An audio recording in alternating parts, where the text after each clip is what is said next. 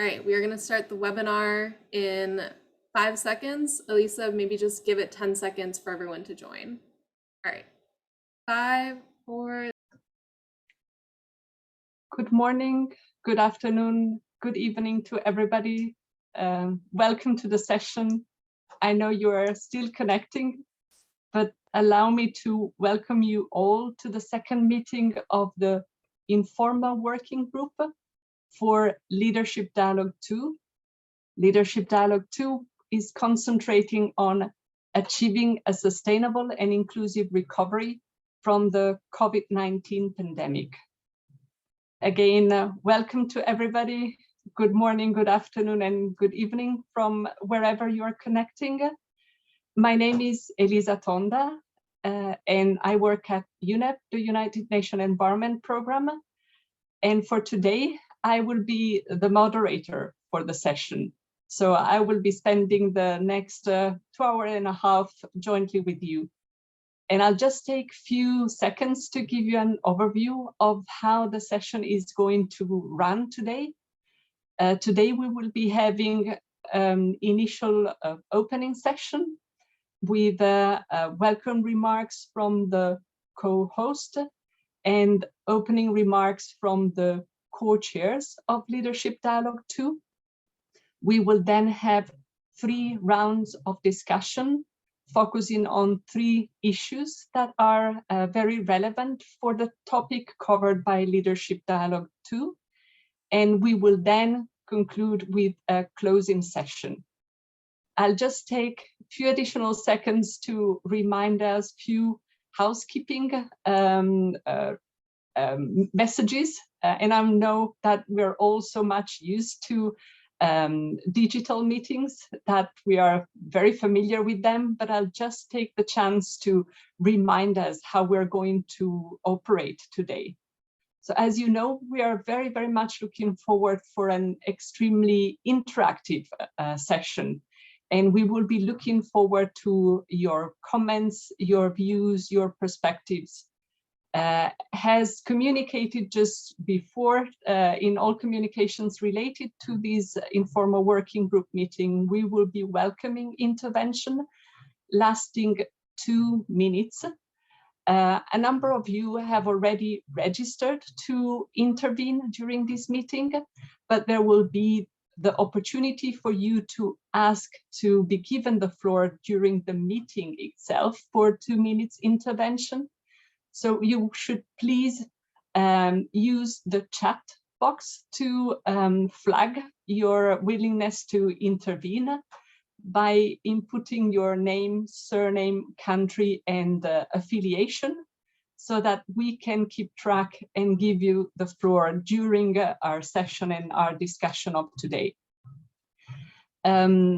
We will also be monitoring the chat for your ideas and suggestions. So in case you are not keen to have a verbal intervention, but you would like to share your views through the chat, please do not hesitate to do so, because we will be capturing all ideas that are coming either through your verbal intervention or through the chat. Or you should keep in mind that there is also an opportunity to send to us written input to the conversation at an email address that our technical team will be soon putting in the chat. And just to remind us that when you will be given the floor, you should please be so kind and try to reduce as much as possible the background noise, and try to consider reducing the noise that might emerge from having other software or applications running in parallel to this meeting. So I'm going now to initiate our meeting by giving the floor first to the co-host of the Stockholm +50 International Meeting. And I'm welcoming the representative of Kenya and from Sweden that will be giving the opening remarks now. And I'm kindly asking them to please activate their videos And the first welcome remark will be delivered by Mr. William Melau, who is going to provide the welcome remark on behalf of Kenya. Mr. Melau, the floor is yours. Thank you very much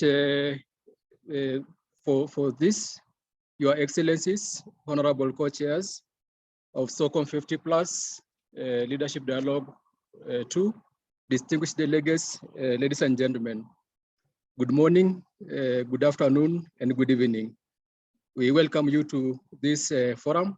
Of course, Kenya is very honored to co-host Stockholm 50+ together with Sweden. And we advance the discussion of the objective of the celebrations to commemorate the 1972 United Nations Conference on the Human Environment. We already aware of the theme of the Stockholm 50+, a healthy planet for prosperity of all, our responsibility, our opportunity, which is well anchored in the United Nations decade of actions, that's 2020 to 2030, and also resonate to just concluded UNEA 5.2 here in Nairobi, with the theme of strengthening UNEP for the implementation of environmental dimension of the 2030 Agenda for Sustainable Development. We believe that Stockholm 50+ is really going to enhance and complement UNEP at 50, commemoration that also just concluded. The leadership dialogue and the informal working groups offer an opportunity for us to engage with all stakeholders, which is therefore ensure a collective responsibility and contributions to environmental dimension of sustainable development. This is the second informal working group, which the first one, we have received quite a number of concrete recommendations for actions under the leadership dialogue 2. The key messages recommended for urgent action, which is now most of them are contained in the background paper for LD2, will go a long way to ensure that we achieve sustainable and inclusive recovery from COVID-19. In conclusion, I wish to reaffirm that Kenya is very much committed to ensuring that Stockholm 50+ is a success, and we are very much happy that we're doing this alongside with Sweden and very good hosts and very good chairs and co-chairs. We're happy about that. So thank you very much for your attention, and we're looking forward to fruitful deliberations today. Thank you very much. Back to you, Lisa. Thank you very much, Mr. Melau, for having taken us into the core of the conversation today, and also having reminded us of the fact that we're building on a very successful 5th session of the UN Environment Assembly. And I'm now going to give the floor to the second intervention from the co-host Sweden. And Ms. Cecilia Wawerka, the floor is yours. Thank you very much. Thank you so much, Elisa, and excellencies, dear participants. It's with great excitement and also with great respect that I note that it's slightly more than a month and 50 years after the landmark 1972 UN conference in Stockholm, that Sweden and Kenya now invite the world to come together again for Stockholm plus 50. So a healthy planet for the prosperity of all, our responsibility, our opportunity, is the vision for this agenda setting moment. So with Stockholm plus 50, we aim to accelerate actions to protect our planet and achieve a sustainable development that will ensure the well-being of current and future generations, leaving no one behind. Stockholm plus 50 will seek to connect our environmental and development agendas, mobilize key stakeholders, offering a space both for reflection and an opportunity for member states and leaders of all different parts of society to advance actions, to close the implementation gap, to put science at the center of our actions, and to really show that we act in solidarity with those that have often contributed the least to the problem, but that are hardest hit by the consequences. So we expect Stockholm Plus 50 to be an accelerator of commitments and actions after UNEP at 50 and UNEA, and in the run-up to coming UN milestone conferences in Lisbon, in Kunming, in Sharm el-Sheikh later this year, and also towards the UN Summit of the Future next year. So with 34 days to go, I wanted to briefly reflect on the Stockholm Plus 50 preparations. We have various engagement streams that are shaping the path towards Stockholm Plus 50. A number of national and regional stakeholder consultations have taken place and will continue to be organized throughout May to really facilitate the engagement of as many stakeholders as possible. The process around the informal working groups to guide the content and recommendations in the leadership dialogues are continuing. Based on the input from the first round of informal working group meetings and also the successful preparatory meeting in New York last month, which really showed the engagement of both member states and stakeholders. We have also finalized the concept note and the background papers for the leadership dialogues. In addition, side events that will take place during Stockholm Plus 50 have been selected and are posted on the website. The possibility to register associated events is also open on the website. And in general, we really see a great increasing interest in contributing to and also participating at Stockholm Plus 50, both from member states and stakeholders, which brings me back to today. So we hope that today's meeting can focus on further developing the key messages and recommendations for action from the background papers, making them sharper, more concrete, potentially also narrowing down the number. And so let us really make the most of this opportunity to identify innovative, scalable recommendations that can translate commitments to actions in the context of Leadership Dialogue 2 and achieving a sustainable and inclusive recovery from COVID-19. And with that also help sharpen the outcome for Stockholm Plus 50. So I'm very happy to see such a variety of participants here today. Look forward to a fruitful exchange. Thank you. Back to you, Elisa. Thank you very much for having brought us in the midst of everything that is happening towards the preparation of Stockholm Plus 50 and having reminded us of the objective of today's informal working group meeting.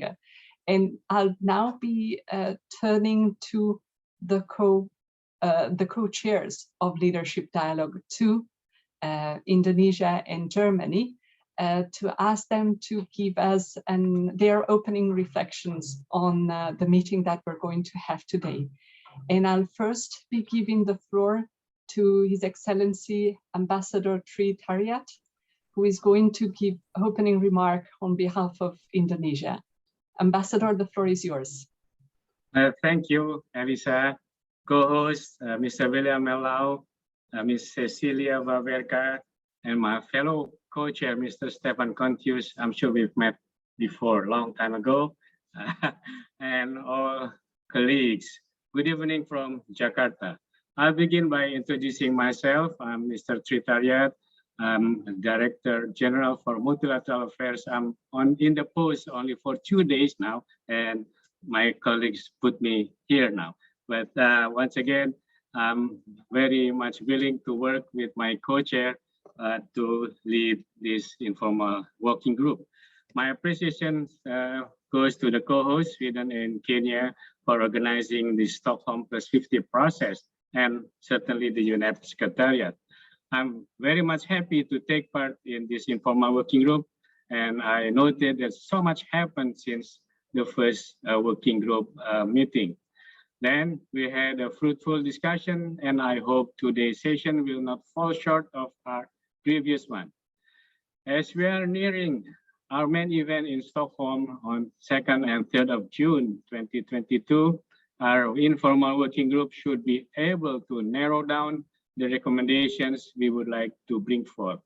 Thus, colleagues, in today's discussion, we wish to hear more from everyone in this room, and we have 3 sessions on high impact sectors, innovations and investment, as well as green technologies and digital solutions.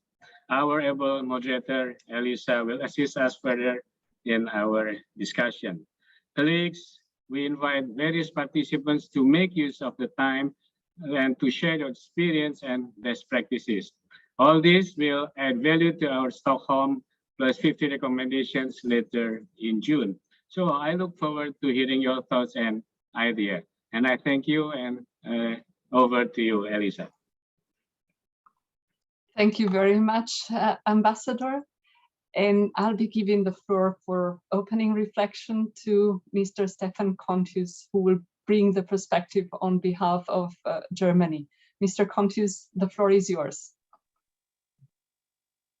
Excellencies, dear Ambassador Chayat, good to see you again. Ladies and gentlemen, I would like to welcome you also from the German side to the 2nd informal working group meeting of Leadership Dialogue 2. We are steadily moving towards Stockholm plus 50, which by now is only a month away. And against this background, this and the upcoming informal working group meeting represent key moments. They will provide you with the platform to provide us with your thoughts concerning main issues of this dialogue. It is of utmost importance that this dialogue of the conference Stockholm plus 50 will highlight what has been done so far and highlight what is needed in order to truly achieve a sustainable and inclusive recovery from the COVID-19 pandemic. As you well know, today's discussion will look at the key messages. They are based on the inputs which came in the framework of the first informal working group, as well as at the preparatory meeting of the United Nations in New York. Our mission for today consists in reviewing these key messages and further suggestions for how these could be narrowed down and concretized. Let me remind you that at Stockholm plus 50, we will not negotiate, but reflect on improvements which are needed.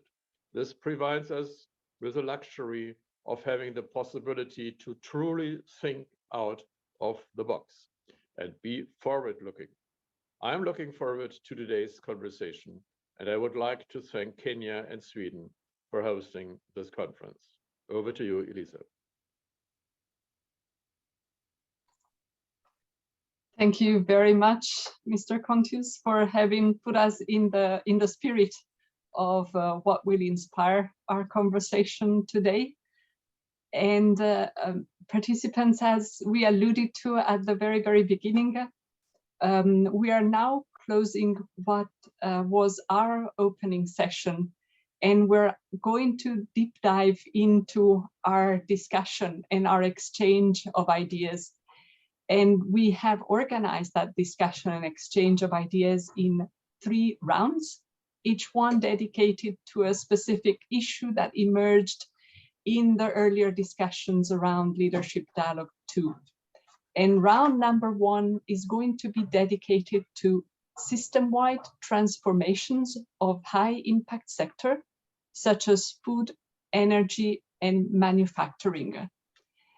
And in order to introduce us to this discussion and this issue, I'll actually be giving the floor back again to Mr. Stefan Contius, who is going to open the discussion of round 1 with initial reflections on the issue, and as also reminding us what is the purpose of our discussion today. Mr. Contius, I give the floor back to you. Thank you, Excellencies, colleagues, ladies and gentlemen.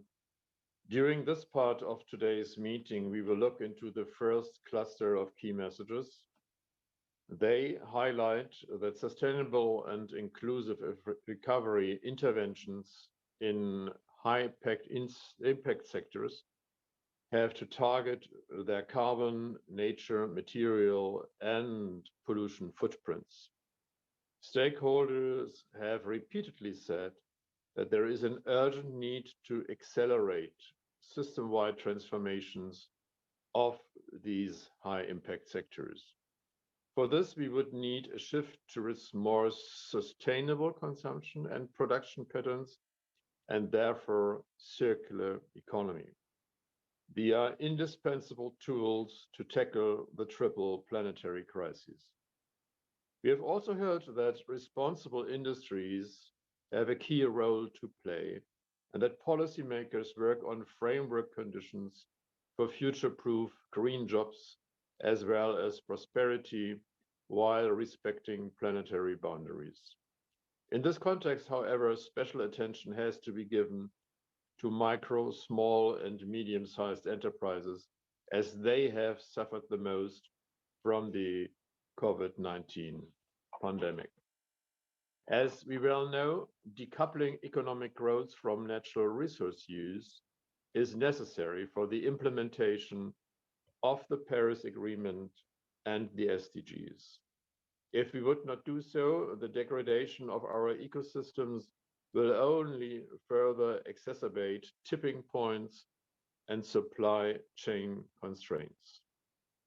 And the war in Ukraine brings to our attention how interdependent we are between nations.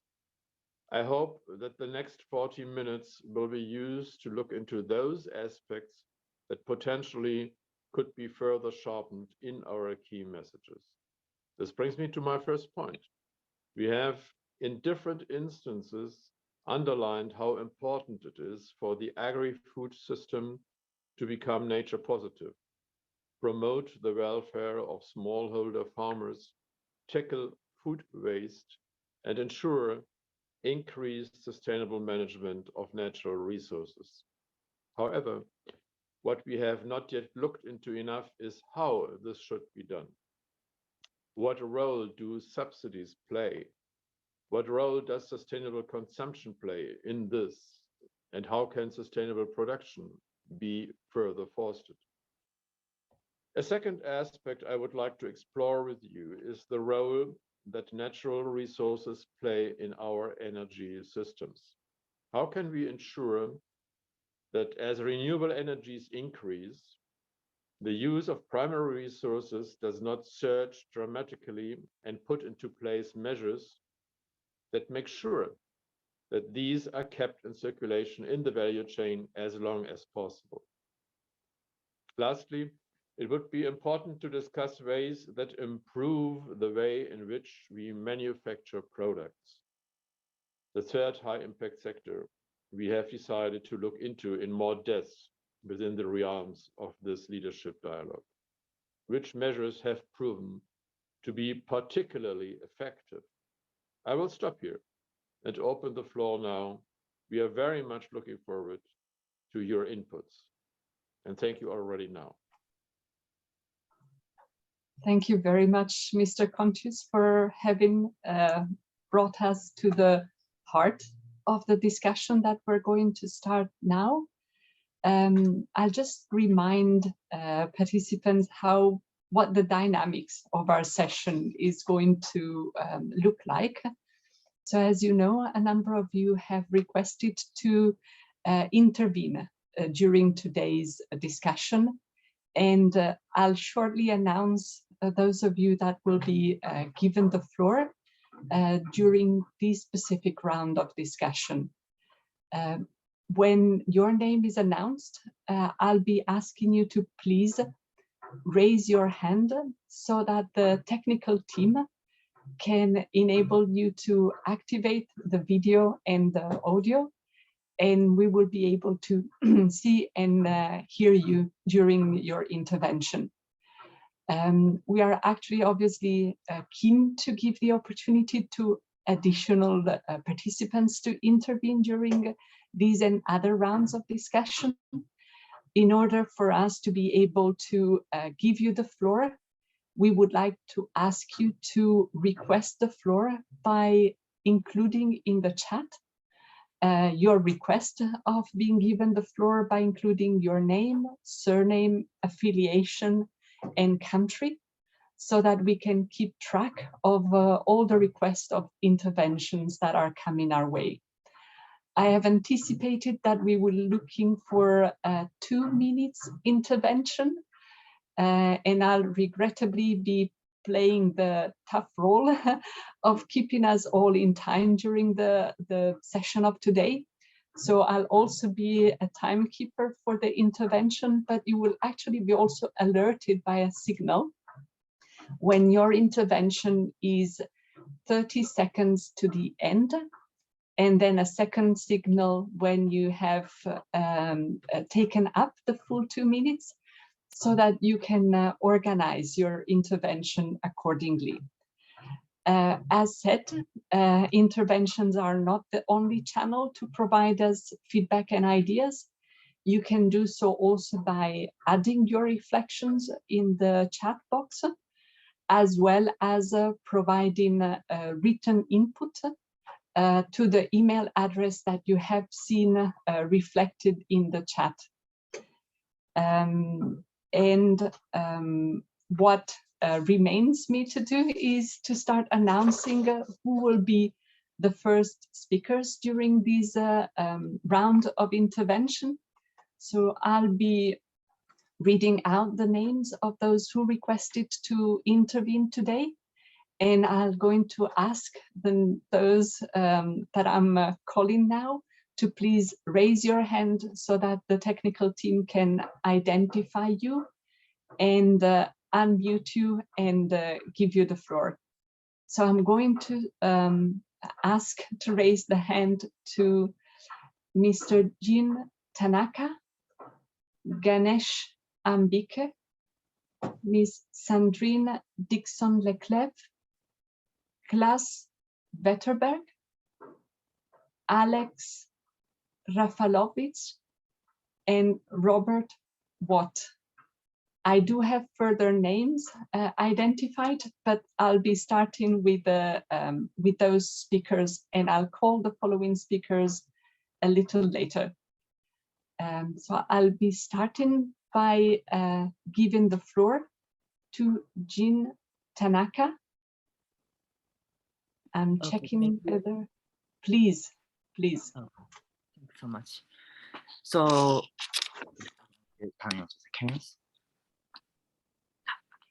thanks so much.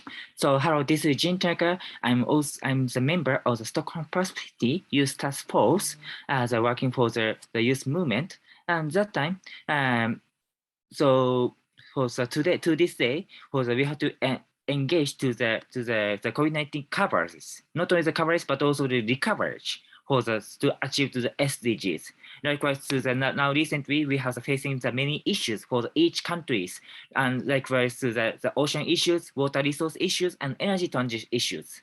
Likewise in the Africas and Asia Pacific as well. And that time to address some comprehensive movement for addressing to the environmental issues for the SDGs in the discussion of dialogues of the Stockholm Plus 50, we have to the recovery for the addressing to the investing more to be active for the investment, more ambitious investment from the government and the company for the enhancement for the infrastructures, and not only the hard infrastructure, but also the soft infrastructures. Now, and also the recently in the many Asia Pacific countries, they are losing to their habitat, not only due to the COVID-19 epidemic, but also another diseases. So we have to not address some comprehensive coverage for some sanitation waters, and bring to some medical issues and some mental care issues and so on. So that's one of the biggest and the fastest ways for addressing to the COVID-19 recoveries. And recently, to the COVID-19, we had to some recoveries to the setting action plans, and I like to suggest to each country have to setting up to the national decisions recovery planning for each country, likewise to the NBS and SDS and the nature-based solutions as well. So I like to ask to the all decision makers to setting up to some action plans for the recovery for the COVID-19 epidemic. So that's my talking and that's my suggestions. Thank you so much all. Thanks so much. Thank you very much, Jean, for the intervention and also for having been sticking so well to the time. And I'll just reflect one element from the intervention that captured my attention, and it's your reflection around the potential and the opportunities that are related to infrastructure, and you zoomed in particularly into the medical infrastructure. Thank you for bringing this point to the conversation. I'm going to give the floor now to Ganesh and Bike.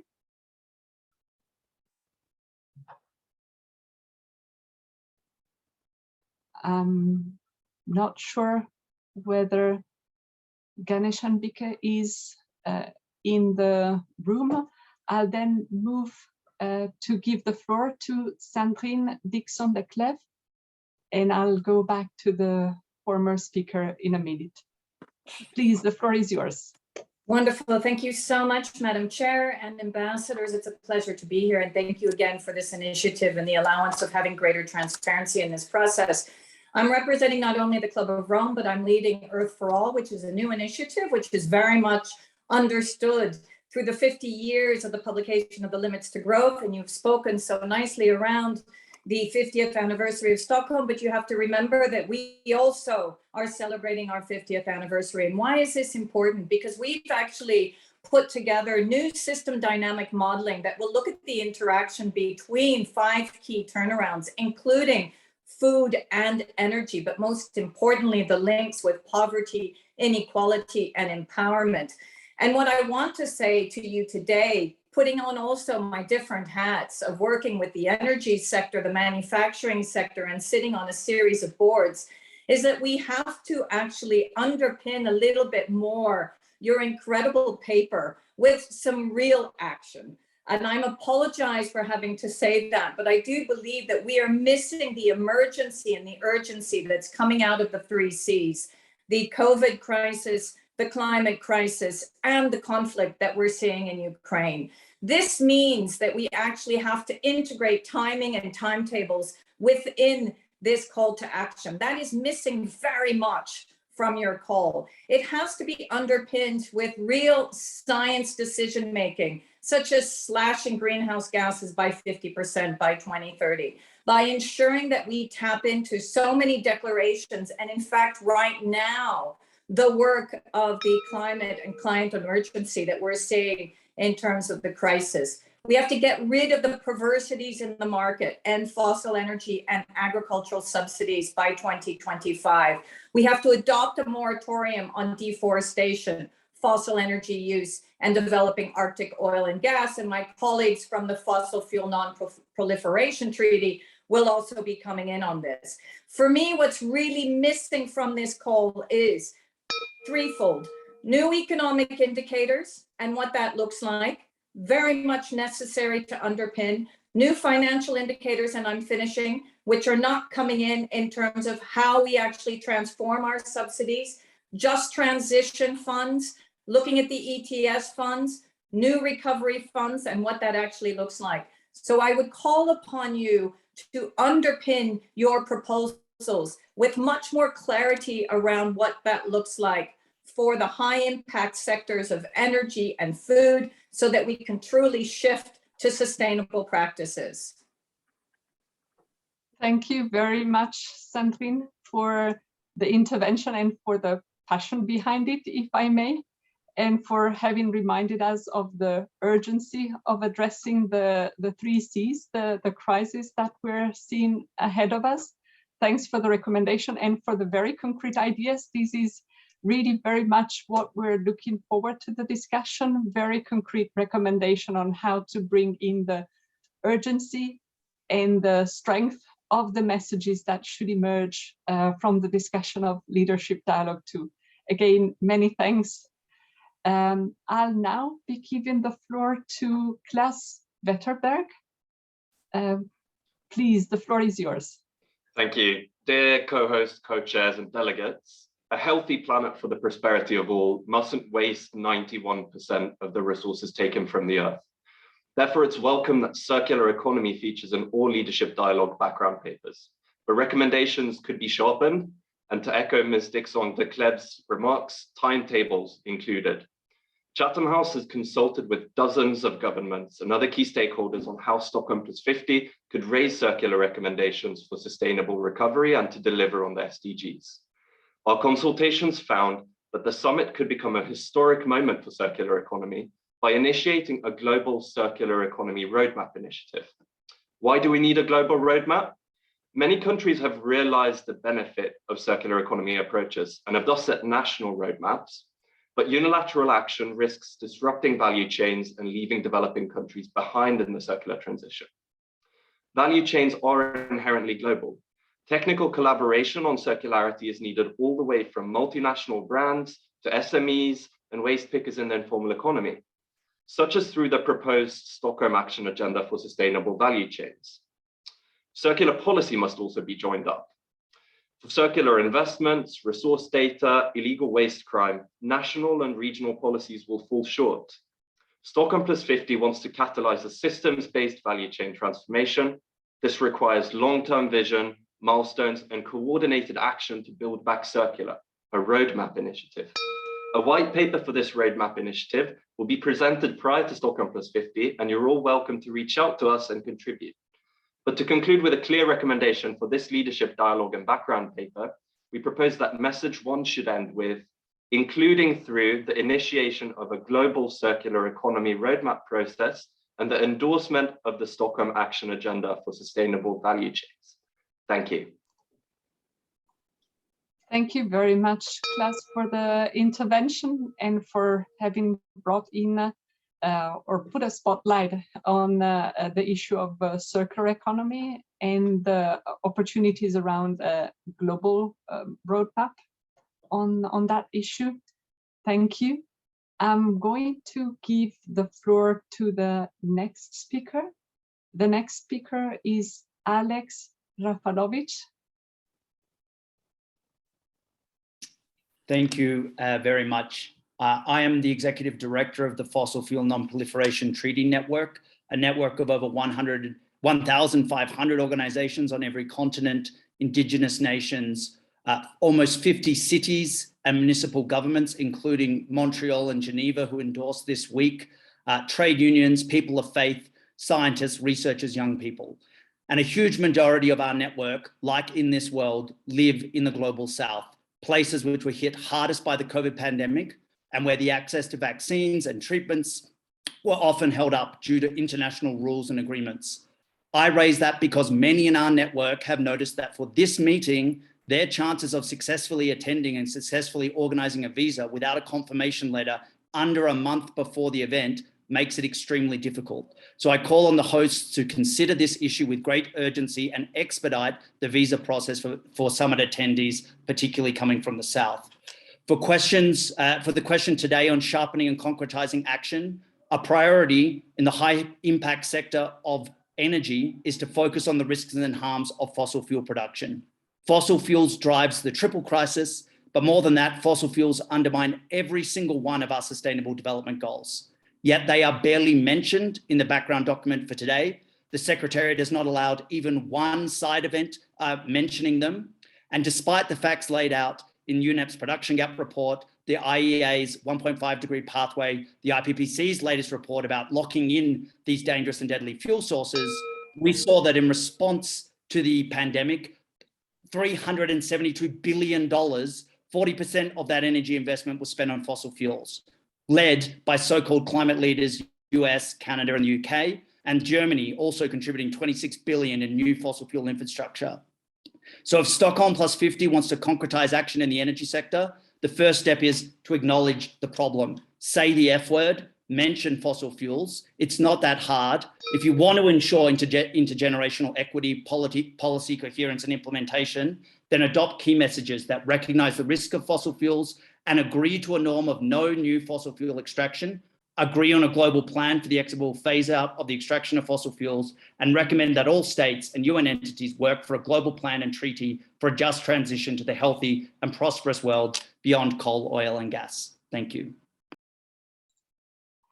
Thank you very much, Alex, for having shed a light specifically on the aspect of fossil fuels and its importance for this specific leadership dialogue.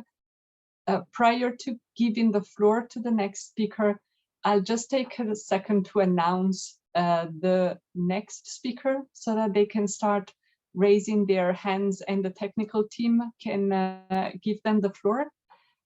We will be giving the floor to Samantha Smith and Jose Arrieta.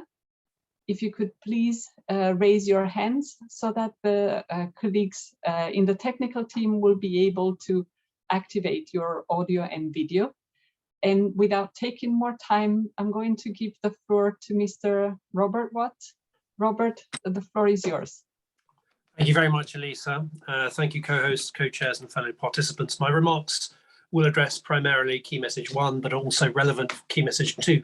They are based on two initiatives that Stockholm Environment Institute is engaged in related to value chains. The first is particularly looking at heavy industries and is done together with the World Economic Forum. The second is on sustainable value chains together with the World Business WBCSD, World Business Council for Sustainable Development. That second initiative has already been referred to by Klaus from Chatham House and is based on background papers, roundtables with 70 businesses globally, and a global survey of businesses. It will result in the Stockholm Action Agenda for Sustainable Value Chains that will be published in about a month's time and will be launched at Stockholm Plus 50. Across both of these initiatives, there is one challenge that arises when we listen to businesses and when we listen to policymakers. And that is the challenge of the green premium, whether it is related to decarbonisation or nature positive. I have one overarching message and 4 recommendations. My overarching message echoes what you've already heard from Klaus and from Sandrine.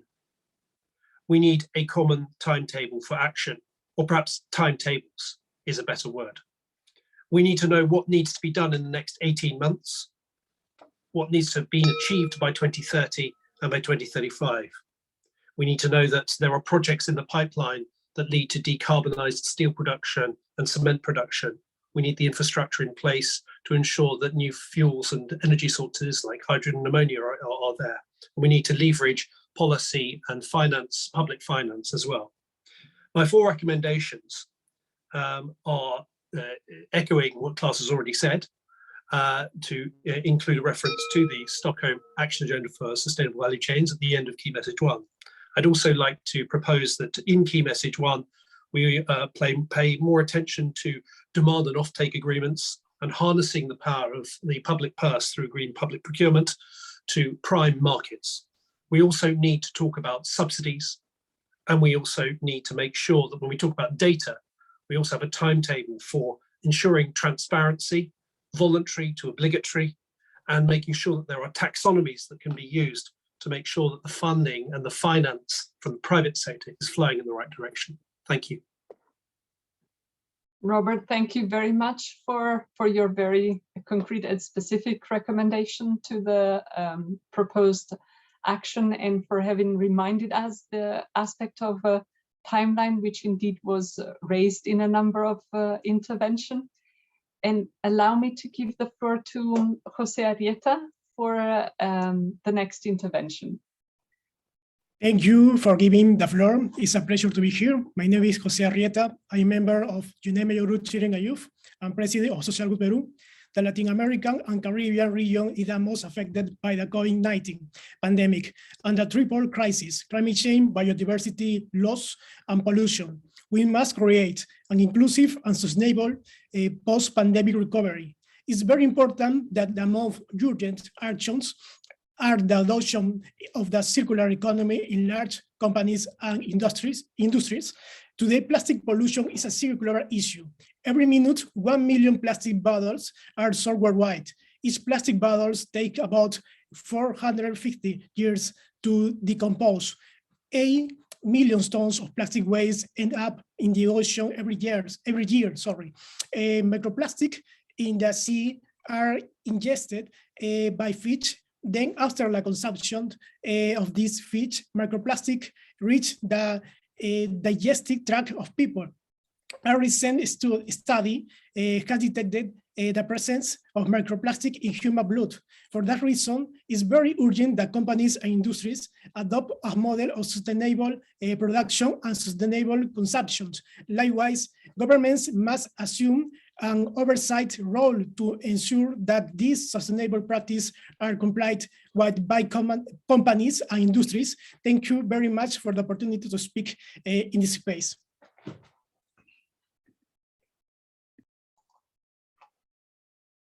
Thank you very much for the intervention and for the ideas that you have been putting forward for Leadership Dialogue 2.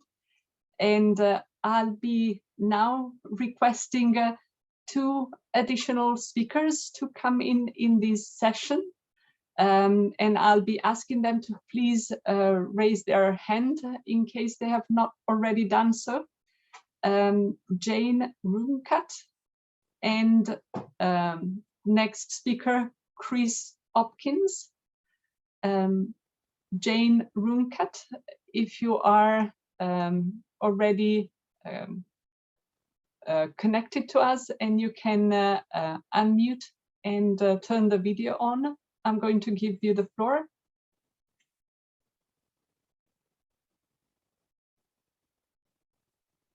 If this is not the case, I'll be moving to Chris Hopkins.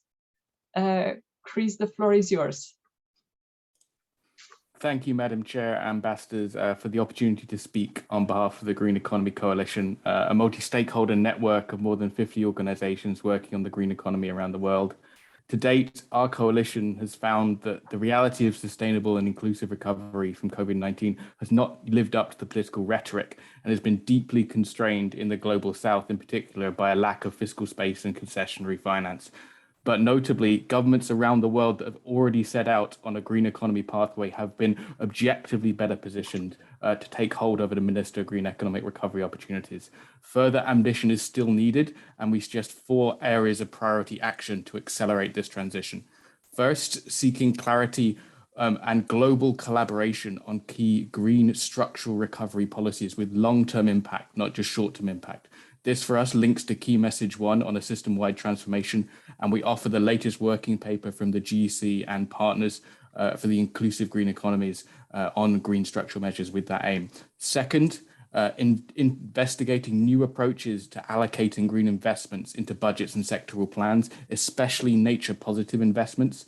For us, this links to key message 2 on redirecting investment flows, and we offer analysis from the GC and our partners of the Amazon, French, Indian, and Ugandan experiences of nature recovery budgeting.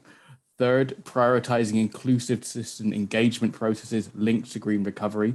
We feel this is relevant to all 3 key messages we addressed today, and we particularly emphasize this in the major groups multi-stakeholder dialogue report we were very fortunate to prepare for UNEA 5.2. And fourth and lastly, deepening opportunities for knowledge sharing and cross-country engagement around green recovery and transition. This links to key message 3 on technology cooperation, but it goes beyond this to cooperation of all kinds. And we offer our civil society green economy tracker tool for this collaboration and exchange. Thank you very much for this intervention. Thank you. Thank you very much, Chris, for having stick perfectly to the time. The gong just came up, and for having brought those ideas into our conversation. And allow me to give the floor to Ms. Jane Runcat. Jane, the floor is yours. And pleased to see you on screen. Thank you so much, Alyssa. Hello, everyone. This is Jane from the G20 task force over at the Ministry of Foreign Affairs of Indonesia. And I would like to continue upon what Dr. Contius, the co-chairs, mentioned earlier on MSMEs. The MSMEs, they present multiple opportunities towards sustainable and inclusive development. 2 years into the pandemic, they have been greatly affected by the fallout of the pandemic. They have gone through digital transformation in order to survive the crisis. They have to maximize the use of online platforms to strengthen the position in the global value chain. In Indonesia, the MSMEs play a vital role in nation's economy. More than 60 million MSMEs contribute to 61% of total GDP, and they present a higher 90% of total manpower. Unfortunately, they are largely affected and positioned in vulnerable situations in the past 2 years. Therefore, we need sets of policies, initiatives that are inclusive and responsive, as well as the ability to create an enabling environment for the transformation of high impact sectors that are important to ensure the resilience of future challenges.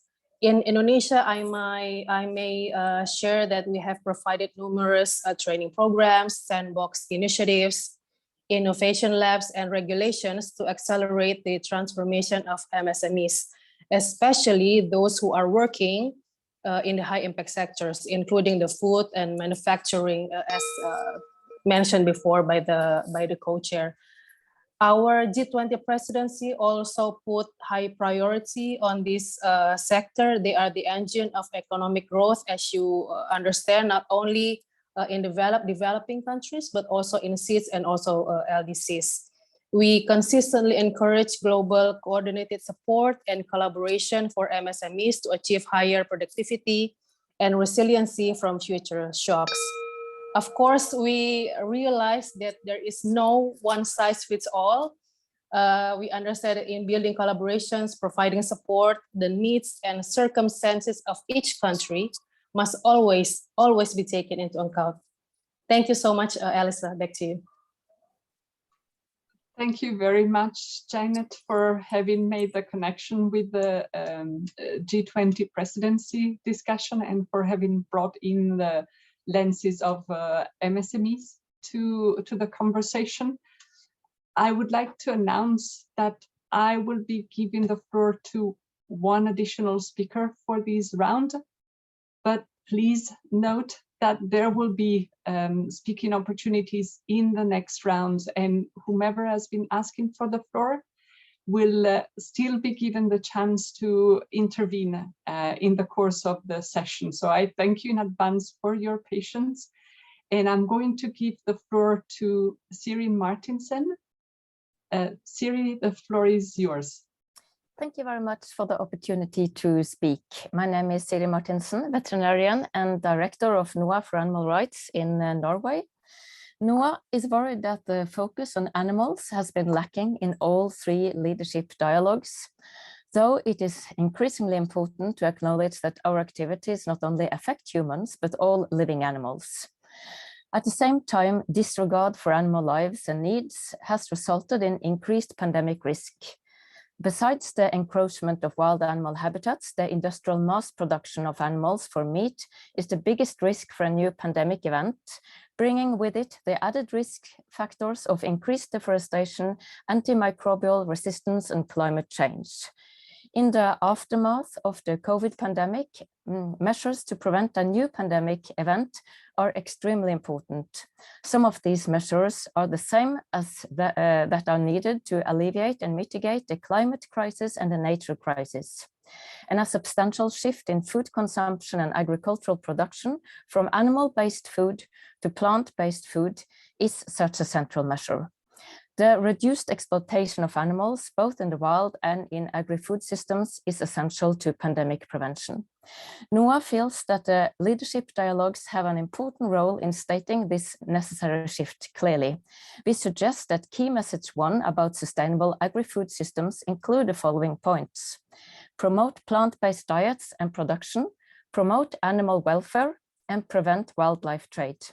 IPCC's sixth assessment report highlights two important opportunities to create a more sustainable food system. The first is to encourage plant-based diets. The second is to protect and set aside land for nature, which will require a shift to mainly plant-based agriculture. Noir therefore asks you to clearly state these measures in the dialogues. Thank you very much. Thank you very much, Siri, for your intervention and from your very direct recommendation on how your perspective and the points that you have raised can be reflected in the actions for this leadership dialogue. And thank you very much again for having stick so much to the time available for your intervention. As alluded to earlier, we're going to wrap up now the first round of discussion, but allow me to remind you that we will still have 2 additional rounds of intervention, and I will welcome you to keep going with all the excellent point and all the evidence that you're providing in the chat to strengthen the messages and the need for urgent actions that are there in the background paper. And prior to moving to the introduction of the second round of our conversation, I would like to alert the speakers that will be given the floor during round 2 to please raise their hands and get ready for the interventions. And I'm going to read out their name as we did in the earlier round. So I'll ask the following speaker to raise their hands: Nicolas Jolibald, Priya Kumar, Charlene Agberono, Chloe Chrislou Baghuri, Sylvia Mantilla, and Arab Obala. So while the speakers are getting on board and getting their audio and video activated, we'll start with introducing round 2 of our informal working group. And round 2 is focusing on harnessing innovations from government and stakeholders and redirecting investment flows towards sustainability.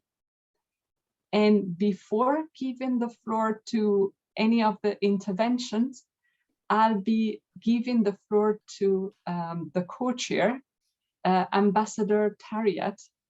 Ambassador, I will be giving you the floor to open the discussions and to take us to the subject of the second round of conversations with the participant.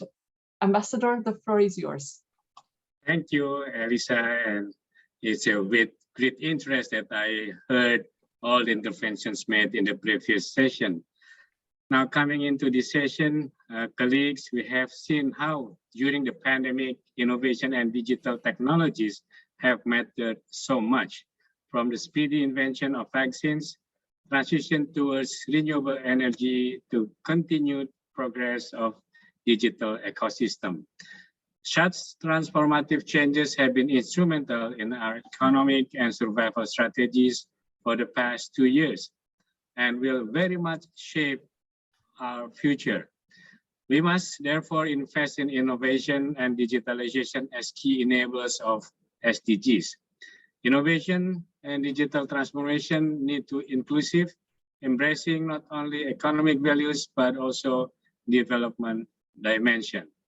In this regard, active contributions from all parties are needed, including through sustainable investment and global partnership to reactivate the economy while supporting the SDGs actions. For this session, I'll be delighted to hear more, especially on these 2 following questions. Number 1, how can we sharpen and concretize urgent action to harness innovations from governments, business, and stakeholders, and to redirect investment flows toward sustainability?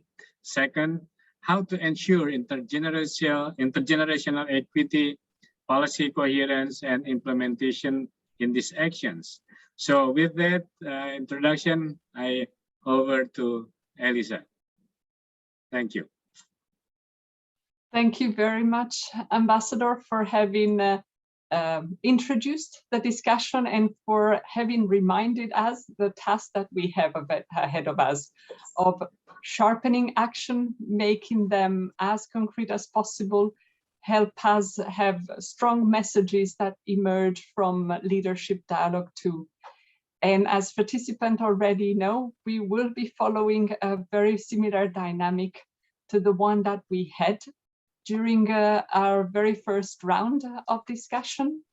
And I will start by giving the floor to the first speaker I mentioned earlier prior to opening this session, Nicolas Jolibat. Nicolas, may I give you the floor? Yes, thank you, Madam Chair, and good evening to all colleagues. The following comments will be delivered on behalf of the EU and its member states. The EU and its member states thank the co-facilitators and the co-hosts for organizing the second meeting of the informal working groups, which we hope will contribute to ensure that each of the leadership dialogues of Stockholm Plus 50 deliver actionable recommendation for systemic changes. The need for a sustainable recovery from the COVID-19 pandemic is closely linked to broader topics that will be discussed at Stockholm Plus 50 and highlights the importance to identify actions that align with global environmental and climate targets while addressing structural inequalities. The EU and its member states are convinced that this leadership dialogue should be seized as an opportunity to foster an exchange between countries on their approach and on the challenges faced when setting up pandemic-related stimulus measures. We consider important that these discussions lead to the identification of a set of specific recommendations that will help design future stimulus measures aligned with climate, biodiversity, and environmental policies and objectives. Furthermore, this leadership dialogue could lead to the agreement that multilateral development banks and financial institutions should align their portfolios as a whole with environmental, biodiversity, and climate goals, such as those contained in the Paris Agreement, the Glasgow Climate Pact, and the Convention on Biological Diversity. Such an agreement would be essential to embed climate risk into assessments and to disclose climate and nature impacts. Thank you very much. Thank you very much for the intervention and for having reminded us the very strategic role of stimulus packages in our conversation, and for having been sticking so perfectly to the time available for the intervention. Many thanks. Allow me to now move to the second speaker for this session, Prisha Kumar. Let me check if Prisha Kumar, fantastic. Please, the floor is yours. Dear Madam Chair, Member States, and distinguished participants, I am Prisha Kumar from India. I am speaking on behalf of the Children and Youth Major Group of UNEP and Stockholm Plus 50 Youth Working Group. I would like to draw attention towards few points in my intervention today. To begin with, the pandemic has taken a toll on the education and skill development of children and youth globally, but the effect has been disproportionately greater in developing countries, especially on women and girls. This reflects the fragility of progress on gender equality and intergenerational equity. Lack of education and poverty makes children and youth vulnerable to exploitation as well. For a sustainable and inclusive recovery from the COVID-19 pandemic, it is important to build capacity and reskill children and youth for green jobs and relevant skills.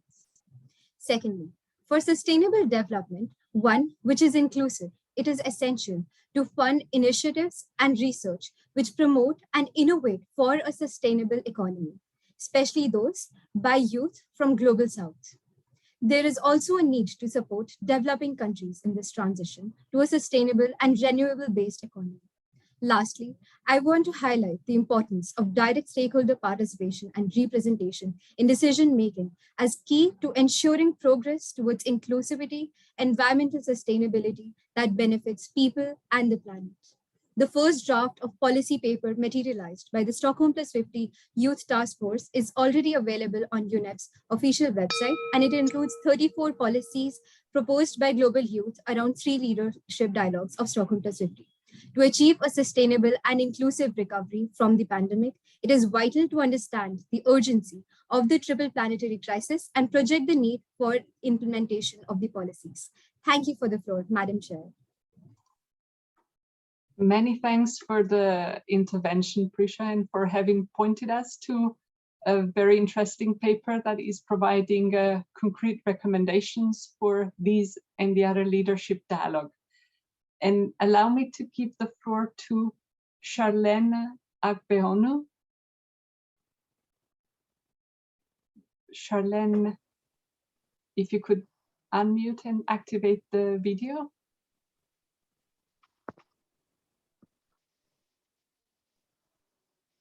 Perfect. I see you on screen. Yeah, hello. Please, the floor is yours.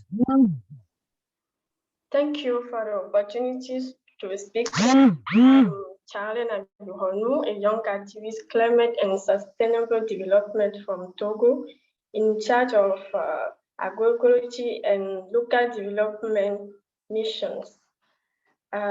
We can see the implementation of governmental innovation, particularly in Africa, but if intergenerational equality, policy coherence, and above all, the implementation of this action can be made, effective involvement of youth in political decision-making bodies, the need technical and financial support for young people, organizations in climate action to enable them to carry out vision and action at the local level.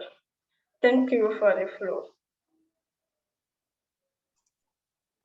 Many thanks, Charlene, for the intervention and for bringing your views and recommendations to our conversation. Let me now give the floor to Silvia Mantilla. Please, Silvia. Hi, good afternoon, everyone. My name is Silvia Mantilla, and I'm representing the World Federation for Animals. If the outcome of this leadership dialogue is the understanding of how to build back better, we need to address the drivers of the crisis in the first place, or we're bound to undermine any sustainable development. Improving animal welfare can be a powerful way to accomplish this. This is why we echo Siri's intervention on key message 1. This needs to reflect the fact that systems that are beneficial to human, environmental, and animal welfare are also systems that are resilient to disasters, health, and climate crisis. Thus, in message 1, we should promote sustainable food systems that are promoting the welfare also of animals. But on the second message of the background paper, we believe that this also means that investment flows for the sustainable recovery should also include investments in plant-based products and cellular agriculture that contribute to food security while mitigating zoonotic risk, animal suffering, and climate change. We also recommend adding a bullet point to reflect the urgency to divest financial flows from practices that inhibit resilience and increase risk, particularly intensive animal production and high input agricultural systems, which harm biodiversity and contribute substantially to climate change. And then finally, we also recommend including healthy and sustainable diets to exemplify the promotion of sustainable consumption patterns in the second bullet point and their message too. Overall, we would like to see the paper acknowledging the One Health approach as one of the guides for achieving a sustainable recovery in the context and issues section. WFA would like to thank you, organizers, for the opportunity to provide inputs to the background paper. Many thanks, Sylvia, for the intervention and from helping us see interesting perspectives that could be added to the background paper, including around the dimension of consumption and your last reflection around One Health. Thank you very much. Prior to giving the floor to the last speaker that I announced, I want to ask Jessica Lee to please raise the hand so that we can activate video and audio. But I'm now going to give the floor to Arab Obala. Arab, the floor is yours. Elisa, colleagues, thank you very much. First, congratulations for the very comprehensive paper for this leadership dialogue too. I have 3 brief points. With regard to the first and the second set of recommendations, I suggest to include the following to translate recommendations into actions. With regard to green recovery and SCP, we need a relevant, effective, implementable public procurement system. In particular, mainstream and include due consideration to SMEs, social and environmental issues, and nature and net positive innovation, not just economic parameters in the public procurement system, which is usually the case. Second, establish an effective governance system with consultation and collaboration mechanism between concerned stakeholders on equal footing, including the government, private sector, large and small enterprises, intermediaries, civil society, and consumer associations. Third, in terms of investment and financial support, it is crucial to address the needs of small and medium enterprises in the range of small amounts from 10,000 to $500,000, adjusting risk and return profile to SMEs segment by often blending different forms of source of capital. Thank you. Thank you very much, Arab, for the intervention and for the very specific recommendations to strengthen the background paper. Thank you very much. And allow me to just remind to participants who would want to take the floor during our conversation to please do so by requesting to intervene in our chat box. I see it's extremely lively with a lot of recommendation, very clear interventions and recommendations for improvement of the background paper. Please do not hesitate to use it also to request the floor to intervene. And you can do so by including your name, surname, country, and your affiliation so that we can identify you and give you the floor. And without further ado, I'm going to give the floor to Jessica Lee. Jessica, the floor is yours. Thank you, Elisa. Dear Master of Ceremony and colleagues, this is Jessica Lee and I am from the United States. I am honored to contribute to today's working group discussion. Coming from California, USA, the state that has been continuously impacted by wildfires and forest fires, reforestation efforts are crucial in restoring ecosystems in forest lands. Furthermore, extreme heat temperature, water shortage, and drought also impact the well-being of communities and wildlife. Sustainable agricultural strategies, efficient energy mechanisms, and community response contribute to vital disaster risk reduction and preparedness initiatives. According to statistics, more than 37 million people in California are impacted by droughts. January of 2022 remains as one of the driest months. The constant drought condition has challenged agricultural productions from reaching their optimal capacity, increased likelihood of developing or aggravating health issues, including respiratory diseases and heat strokes, and prompted locals to take up water conservation measures, issuing notifications in communities. Overpumping of groundwater has led to subsidence. Acts, policies, and action plans, such as the Sustainable Groundwater Management Act and the Groundwater Sustainability Plan, are enacted to prepare, respond, and maintain water management, such as groundwater management. The California Department of Water Resources, for example, helps locals to manage groundwater use. Our ocean conference at Palau, for example, resulted in key milestones that have been securing actions to addressing climate change, sustainable fisheries, marine protected areas, maritime security, and marine pollution. As such, consistency of finance and funding, for example, funds that include the Adaptation Fund, climate investment funds, and investments by the MDBs, alongside effective initiatives and programs to adjust the climate environment reality, is crucial in achieving the climate neutrality and climate zero carbon climate goals. Thank you very much for giving me the floor. Thank you, Jessica, for having brought a few additional thoughts in our conversation. And I would just want to capture, apologies, some of the ideas that I see coming in from the chat as the interventions were being delivered. And I am seeing very interesting points being made around ideas and recommendations related to fossil fuels and the importance and impact on of fossil fuels on healthy, sustainable, and inclusive planet, and some recommendation, but also some facts around the impact of fossil fuels, with some very concrete experiences that the participants have been sharing with us in the chat.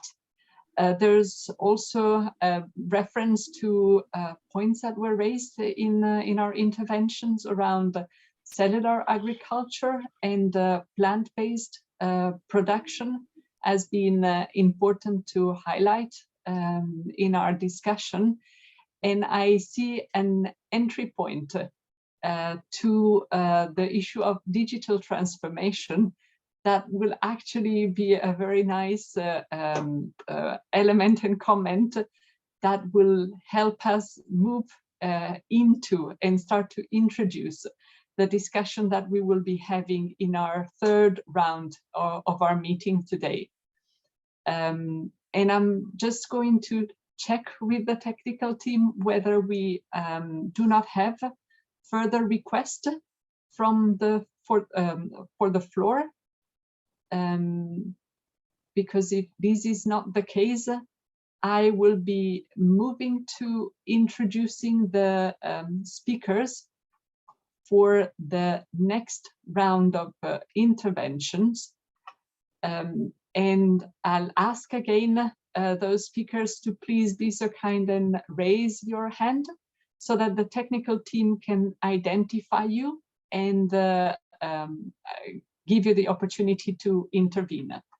So I'm going to ask to raise the hand, please, to Ismail Sidi Ali, Lucy Ma, Mrinalini Rai, Umar Adamu, and Chandel O'Neill.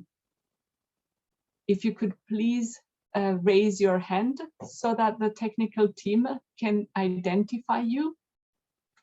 And there are further opportunities for intervention, so I have not been reading the full list. Please do let us know if you want to intervene. Please indicate in the chat that you would want to have the floor.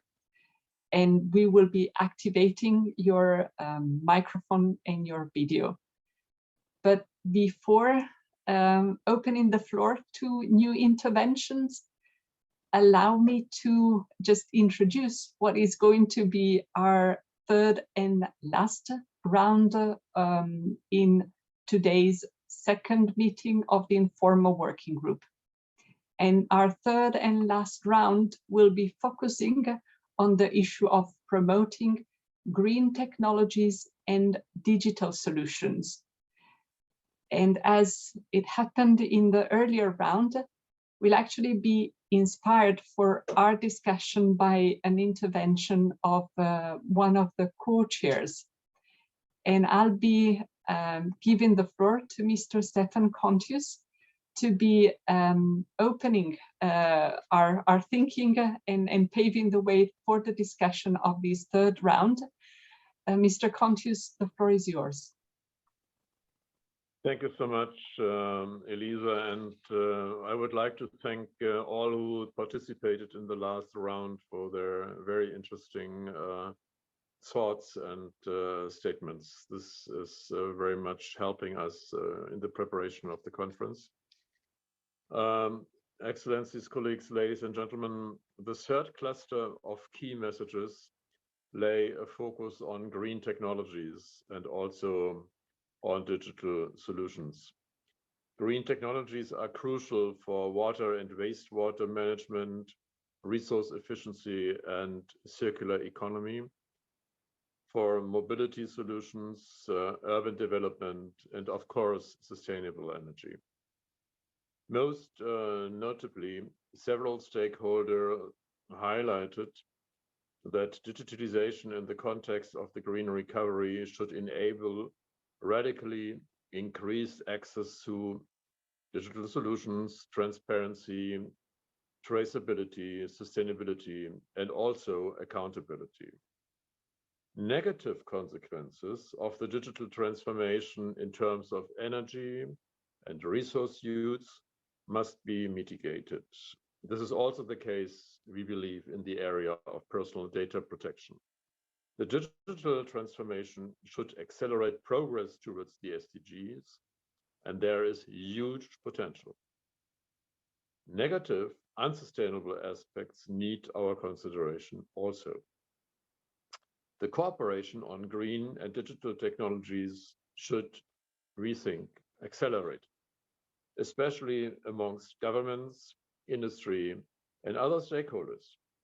Taking full advantage of these opportunities will require a fundamental rethink by policymakers, international organizations, business leaders, and individuals to ensure that the digital revolution becomes a strategic asset for sustainable development.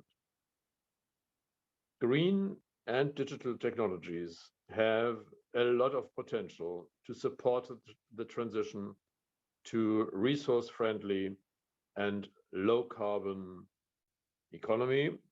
I would like to suggest that we discuss modalities for enhancing the use of these technologies.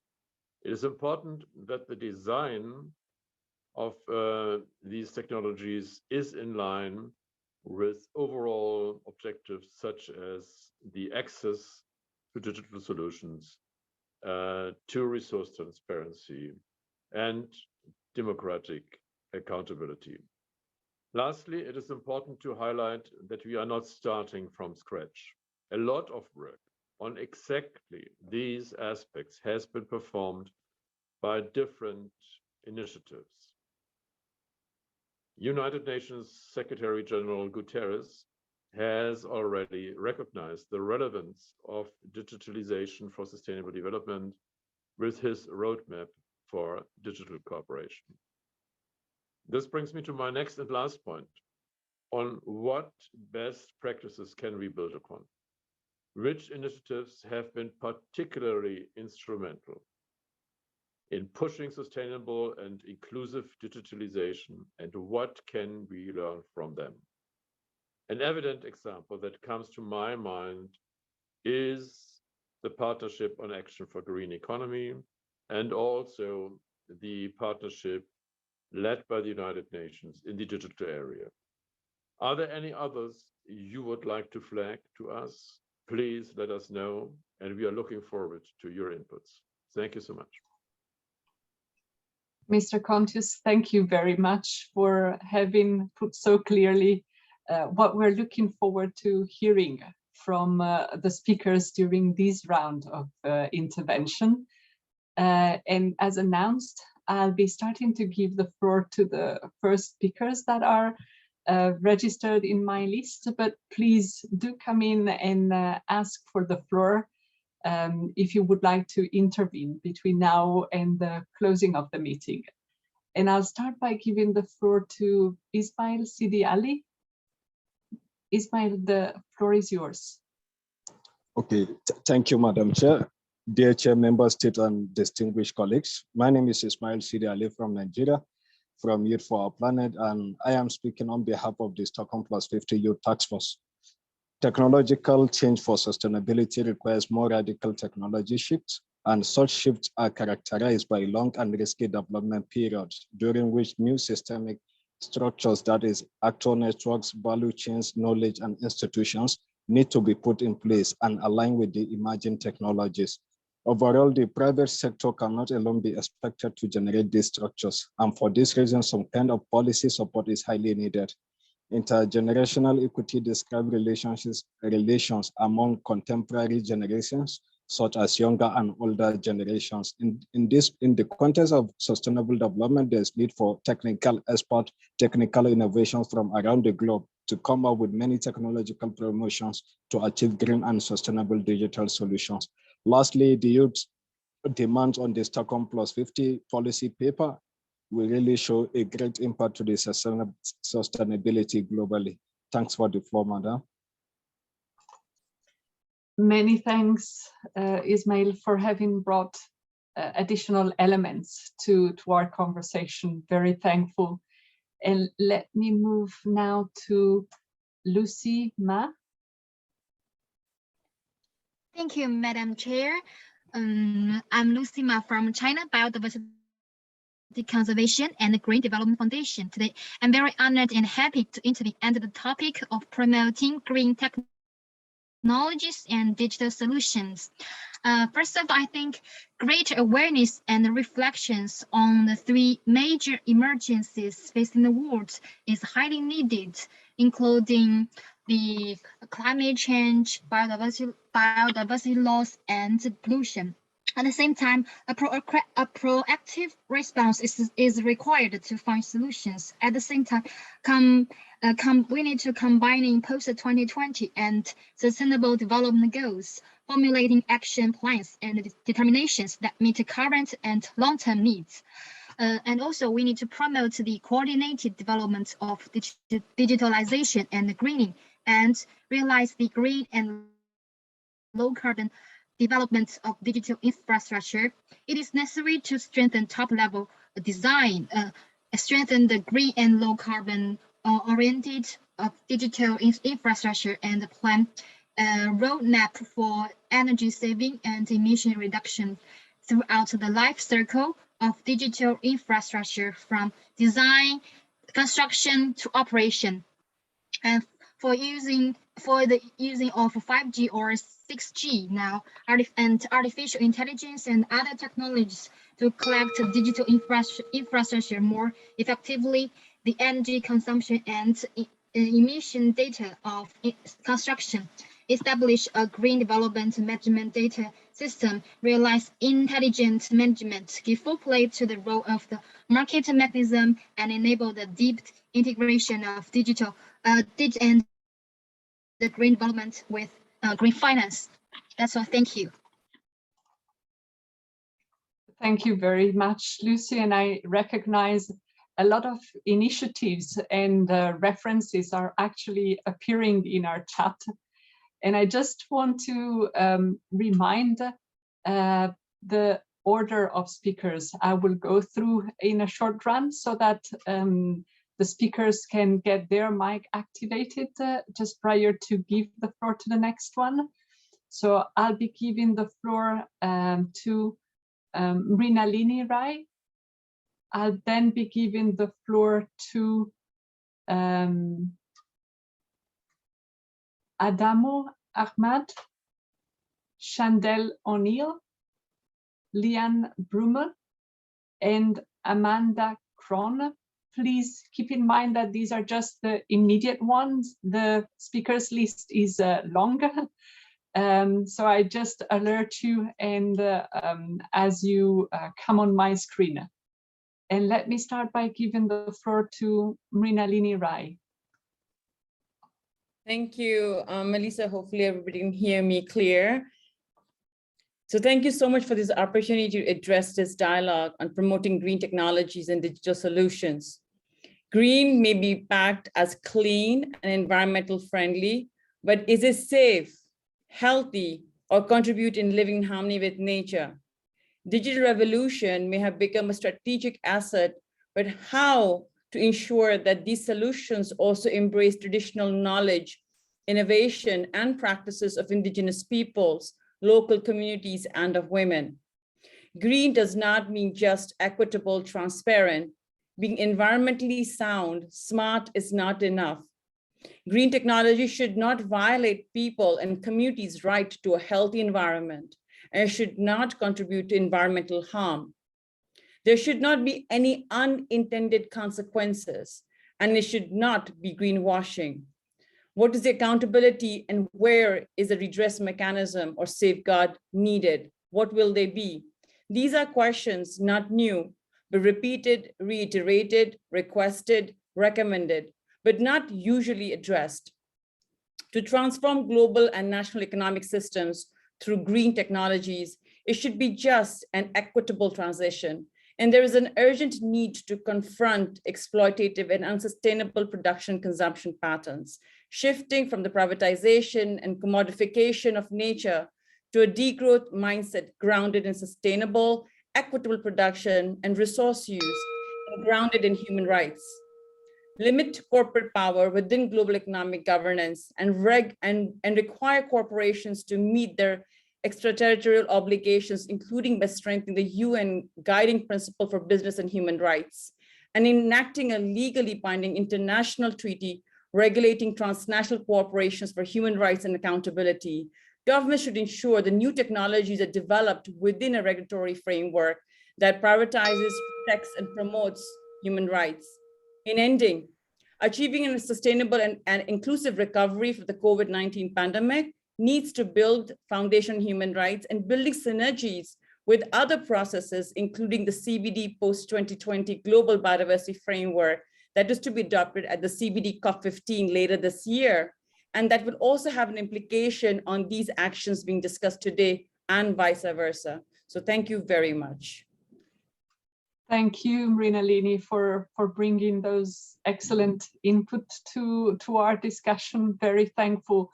And I'm seeing in the chat the willingness of some of the participants to provide written input, which we really very much welcome.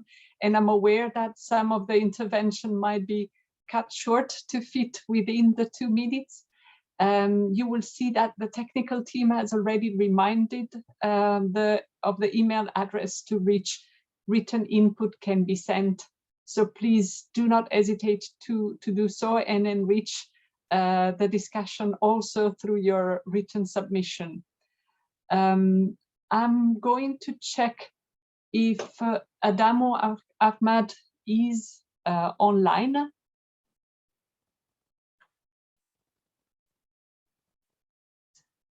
As it doesn't seem to be, I might be going back to this intervention shortly. And I'm giving now the floor to Chandel O'Neill. Good day, my name is Chandel O'Neill. I'm a member of the Stockholm Plus 20 Youth Task Force. I like all the contributions I've been hearing today, but today I just want to put in a little reminder that the recovery, as we talk about it, isn't even. Because of the COVID pandemic, there has been lost generations of children who fell behind in school that potentially long-term may cause more problems with regards to access to social services and needs assessments because of they're not accessing education. So I'd like to be a reminder for that, and hopefully we can use technology to close this gap with providing apps and tools that allow to fill the gap in education, allow also tools for entrepreneurship and getting into their own businesses, as it seems that the systems have been a little altered permanently and hopefully for better. And for this, we need to adapt to the communities that were typically forgotten and kind of forgotten and kind of lost. So we talk about the potential of our generation, and now we talk about hopefully using green technology as a tool to live up to our full potential. That's my 2 cents. Thank you. Chandel, thank you so much for reminding us of these very important opportunities that digital solution can offer to address the uneven impact of the pandemic. Chandel, thank you very much. And let me give the floor to Lian Brummel. Lian? Hello, everybody. Yeah, thank you for giving me the floor. And I must say, I'm a bit surprised that this has happened, so I don't really have much prepared.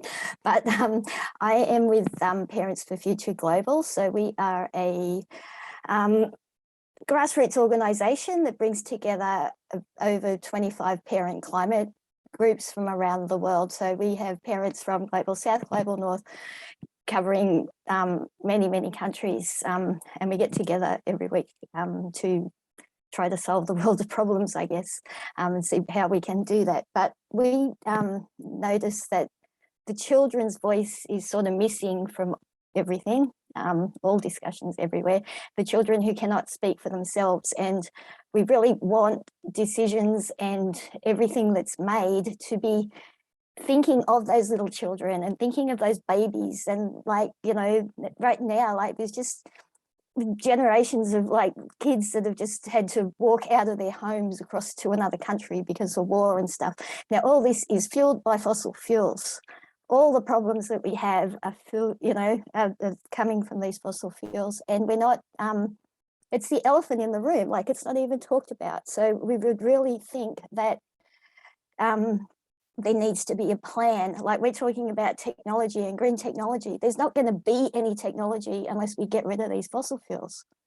Like that's, you know, with carbon budgets just about gone. The climate clock's ticking, and we don't have much time left. So I think we really need to be spelling this out, okay? So thank you for listening, and I shall put in something in writing, but yeah, thank you.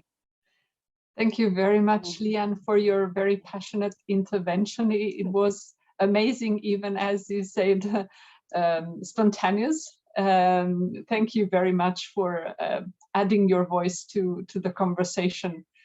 And prior to giving the floor to the next speaker, I'll just remind the list of next interventions so that we can make sure that the technical team can open the microphone and the camera for the next intervention. So my list of speakers coming up includes Amanda Kron, Lisinka Ulatowska, Mamadou Mustafa Lo, Moise Bayo, Floridea Di Chiomo, Yoko Lu, Alfredo Lorenzo Sablai. And I'll start, so I'm asking please those speakers whose name have been announced to kindly raise their hands so that the technical team can identify them and open mic and video. And I'll start by giving the floor to Amanda Kron. Amanda, the floor is yours. Thank you, Elisa, and thank you to the co-chairs, to the organizers, and to all speakers for the rich discussion thus far. So I should say as well that I speak on behalf of the Office of the High Commissioner for Human Rights.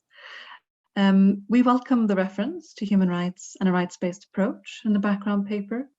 And we also welcome the references to participation, while noting that these could be strengthened in the key messages, for instance, in message 1. Meaningful and informed participation in decision-making is a human right, as recognized by core human rights treaties and reaffirmed in environmental matters by Rio Principle 10 and other instruments. Meaningful participation and inclusion also lead to better, more effective, and more sustainable outcomes. For instance, as recognized by the IPCC for the recent summary for policymakers of Working Group 2, rights-based approaches, participation, and inclusion can reduce structural vulnerabilities to climate change and advance climate-resilient development. The OHCHR UNEP key messages on human rights, the environment, and COVID-19 notes that in the face of global risks, rapid, evidence-based, participatory, and collective action not only produces the best results, it is also fulfilling human rights obligations. And similarly, the recent EMG report on inclusive green recovery refers to justice as one of the 5 overarching action areas, with respecting, protecting, and fulfilling human rights included in this definition. Against this background, we would suggest referencing the importance of a human rights-based approach and human rights due diligence, as highlighted by Guiding Principle 17 and the Guiding Principles on Business and Human Rights, also in the Key Messages section of the document. Thank you very much for the opportunity to speak. Amanda, thank you very much for having pointed to elements that could be strengthened in the context of the messages emerging from leadership dialogue too.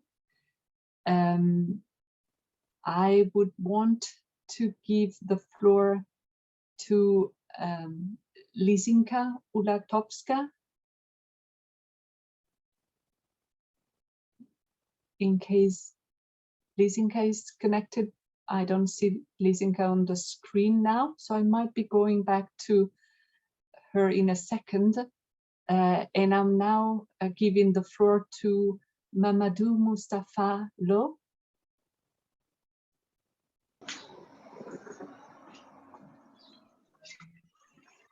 Hi everyone, good morning everyone. I am Mamadou Mustafa Lo. I am a member of World Young Parliament of Water. I'm a Senegalese man. So I'm very happy to participate in this section, the discussion, because I'm very interested for the environmental domain.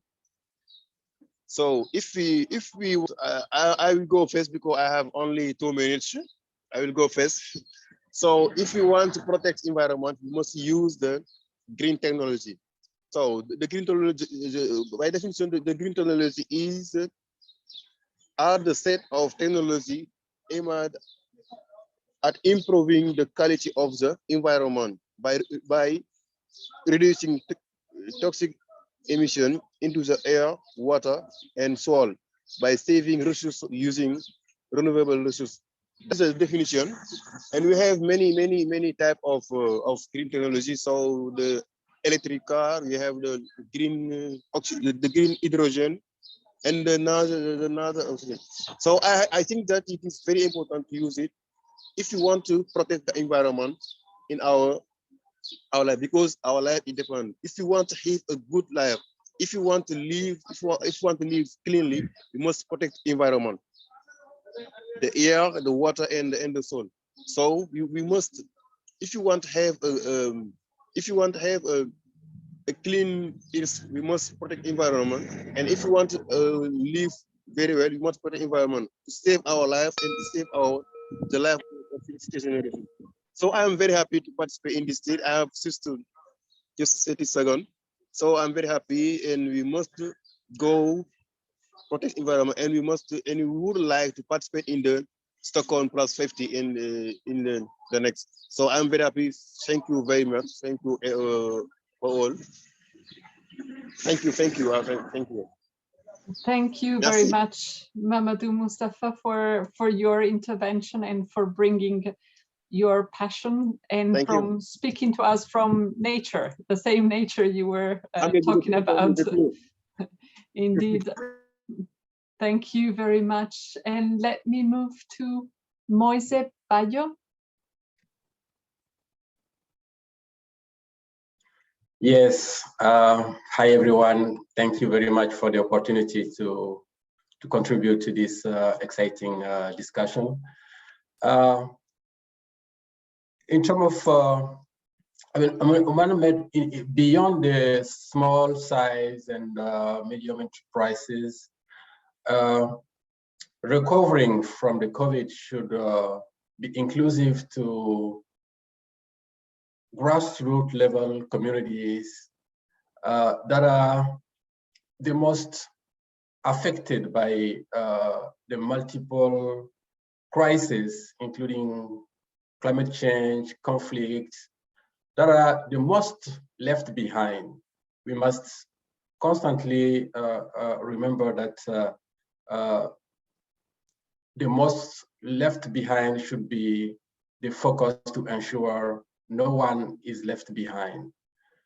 And in terms of approach, to help those communities face the multifaceted crisis they are confronted with, we must really deploy a comprehensive approach using grassroots level integrated resilience programming that supports soils and water conservation, reforestation, infrastructure rehabilitation, livelihood support through value chain development approach. A specific focus should be given to women smallholder farmers. Just to mention one example, in the Sahel, WFP is implementing currently the Scaling Up Resilience program using a robust combination of social nutrition safety nets, land rehabilitation, and community infrastructure effort to restore the natural resource base, and using really proven simple technical tools, but also touching upon new technologies to enable communities really make this transition. Thank you. Thank you very much, Moise, for bringing a very concrete experience to our conversation and for sharing your views. Thank you very much.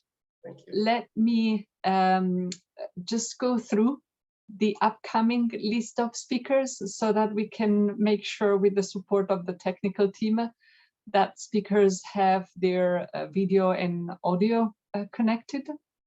So I will be calling Floridea Di Siomo, Yoku Lu, Alfredo Lorenzo Sablai, and Harab Obala. And I'll start by giving the floor to Floridea. Thank you very much, Chair. I'm speaking, I'm a gender and environmental advocate from Spain, from an NGO, Cambiamo, working on sustainability and digital inclusiveness with the gender perspective. And I'm speaking as well on behalf of environmental and women and gender constituency. We urge to deliver real actions for sustainable, transformative, and gender just solutions that embody human rights. Human rights are central to climate justice and for achieving a sustainable and inclusive recovery from the COVID-19 pandemic. Solutions that fail to protect and uphold human rights are false solutions for us, even when they are green or digital. We ask for concretizing actions to promote green technology and digital solutions, and we ask to do that through the in-depth assessment of analysis of needs, requirements, and capabilities of people, such as elderly people, especially women who suffered of more isolation during the COVID-19, children, low-income households, indigenous peoples, and people with sensorial, physical, or intellectual disabilities. And we do that as well through bridging the gap between research and implementation to better understand challenges and barriers for putting digitalization and green technology for socially inclusive and gender responsive into practice. We ask for building up and democratizing the green technology and digitalization with the engagement of a good proportion of women, people with disability, indigenous people from all different stratification and social level. Concretely, we suggest to adopt universal design approach for digital solution building up, anti-racist and anti-colonialist facilitators in the co-creation process for green and digital frugal innovation that refers to goods, service, process, organizational methods that seek to minimize the use of material and financial resources with the goal of reducing the cost of access while reaching acceptable quality standards. We ask for less green or digital technology, but for more person. Thank you very much. Thank you very much, Floridea, for having brought a very good angle to our conversation. Thank you very much. And I'm going to give the floor to Yoko Lu. So dear Madam Chair, Member States, and distinguished participants, my name is Yoko Lu from Japan and with ties to Canada, and I am speaking on behalf of the Stockholm Plus 50 Youth Task Force. The pandemic has caused significant losses in the global economic crisis, including international travel bans and job loss. I would like to address the following recommendations for the indigenous peoples and young people. Green technology, jobs needs to be promoted and awareness needs to be raised among the young people. Technology is linked to green jobs, where innovation is the ultimate solution to combat climate change for a healthy planet for the future generation. Without urgent actions that focus on renewable energy, the goal to decrease 1.5 degrees Celsius, as suggested by the IPCC report, will not be achieved. Second, indigenous peoples are part of our society and they contribute to our economy. While it is important to keep in mind their traditions, we cannot forget that they are part of our culture. They are part of our workforce. They need income for survival. They also need an education that is beneficial for working in the green technology sector that allows them to have higher access to health services. Lastly, there should be an evaluation of the jobs in this country and whether they are considered environmental friendly. Hence, it is important to include UNIDO, WHO, and ILO for the meaningful engagement of the youth and indigenous peoples in the decision-making process and policy-making process. Thank you, Madam Chair. Thank you very much for your intervention and for this perspective, and also for adding the reference to institutions that are really very active on this agenda. Participants, I would want to remind you that we have 2 additional speakers on our list, and I will be giving the floor to them shortly. And I would like to indicate that if you're interested in bringing in your perspective in our conversation today, that there might be still a little bit of room for additional intervention if you are keen to do so. And to be given the floor, we follow the usual practice of asking you to please include your name, surname, country, and institution in the chat box so that we can capture those information and activate your mic and video. And I'm going to give the floor to Alfredo Lorenzo Sablai for an intervention. Please. Thank you very much, Madam Chair, to our esteemed speakers. Good day to everyone. My name is Lorenzo. I am a medical doctor and climate advocate from the Philippines, and I am from the youth organization More Viral Than the Virus Global, the Youth Environment and Climate Action Platform, as well as from the Southern Pacific Youth Working Group. And I would like to make interventions on 2 points made tonight. First, that in light of a sustainable and safe recovery from COVID-19 lies addressing the misinformation and disinformation that affects and harms life. These extend to information pertaining to climate change as well. The presence of an infodemic threatens the safe, healthy, and protected planet that we are all looking forward to. We call on relevant agencies and country governments to instill strong fact-checking and information dissemination frameworks, as well as accountability mechanisms to uphold truthful spread of knowledge and restore truth or trust rather to institutions. With the influx of innovation and the digital revolution, there is a concomitant increasing gaps and barriers for digital literacy, as well as the need to address the digital divide. The children and youth, especially in underdeveloped and developing communities, lack even the basic digital infrastructure and capacity to ensure development and maximal participation in being part of the solutions to problems in the society. We call for increased support to enhance digital literacy through up-to-date and engaging education that is also relevant in the local context, and increased capacity for improving sustainable digital infrastructure without disrupting nature, biodiversity, health, safety, and culture in the spirit of leaving no one behind. Lastly, we call for increased funding, mentorship, incubation, and development platforms for innovations in green technology that is participative for all youth in all fields.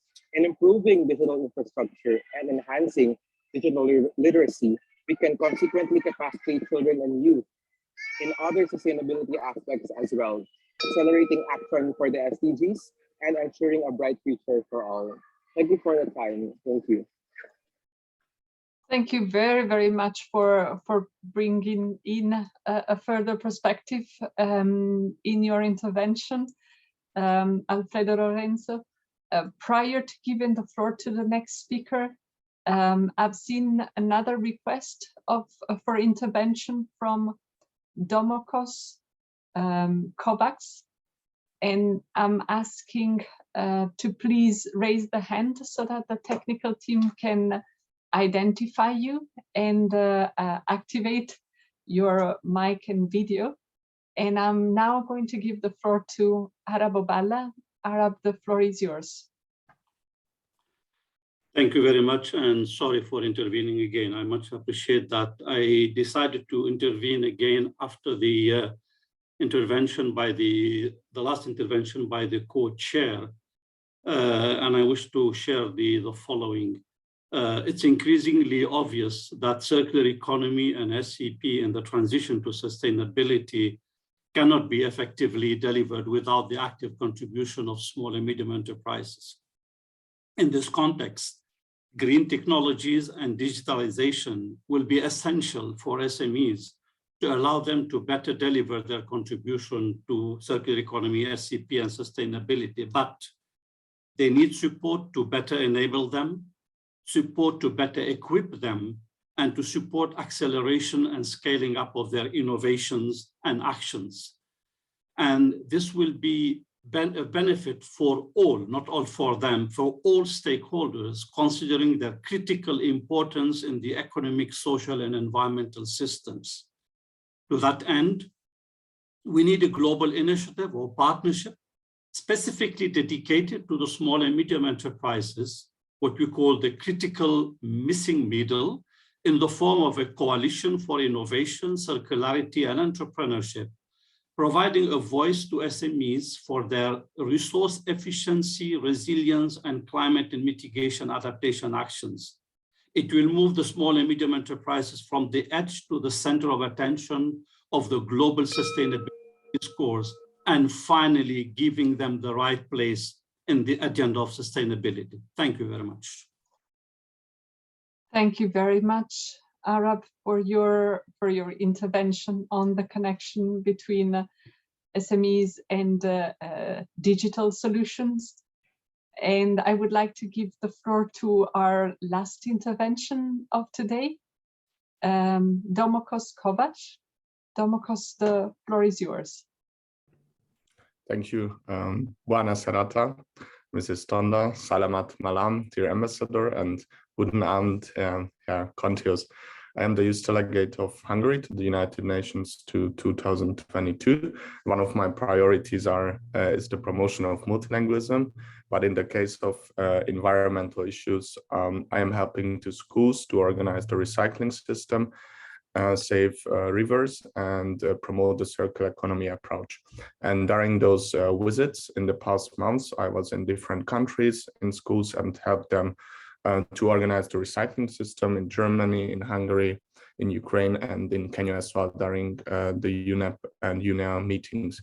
So from those visits, I would like to address the importance of education when we are speaking about the promotions and the recovery from COVID pandemic, because I recognize that older people were able to just produce waste which can be shared around in the environment, but young people like me at the age of 21 producing also plastic and other waste. So therefore it's important to address that we should reduce the waste, and we should promote the circular economy approach in educational institutions like high schools and also universities from the science perspective.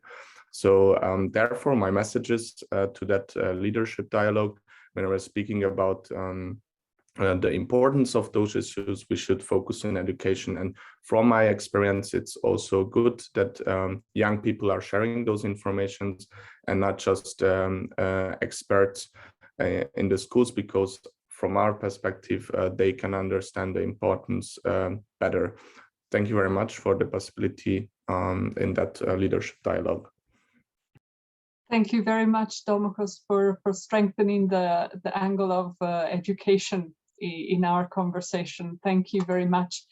And I just want to do justice, well, to the extent possible, to the fact that we had really a very, very active chat during our meeting today that has been raising a lot of very, very interesting elements, starting from the connectivities of systems, looking at the connection between agro-food, energy diversity in the geopolitical context, and health and pollution, attention to Earth observation and artificial intelligence technology, and their role in multiple purposes, including environmental peace building, green finance policies and regulations.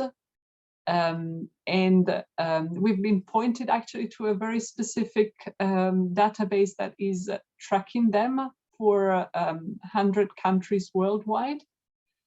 Reference to the follow-up process to the 2021 UN Food System Summit, and the national pathways to food system has also been flagged in the chat. The 10-year framework of program on sustainable consumption and production patterns, and the new global strategy on SCP. The participants have also brought to our attention the importance of healthy and sustainable diet and nutrition, the importance of indigenous and local knowledge, as well as nature-based solution and agroecological approaches, the importance of inclusiveness and effective participation of all relevant actors in policymaking process and governance processes. We also have been pointed to a number of other databases. So I'm seeing a reference to the Nature for Climate's policy tracker, the role of green technologies and digitalization for SMEs, and a conflict-sensitive and right-based approach to business activities as an important element to ensure social and digital impacts do not affect negatively marginalized populations.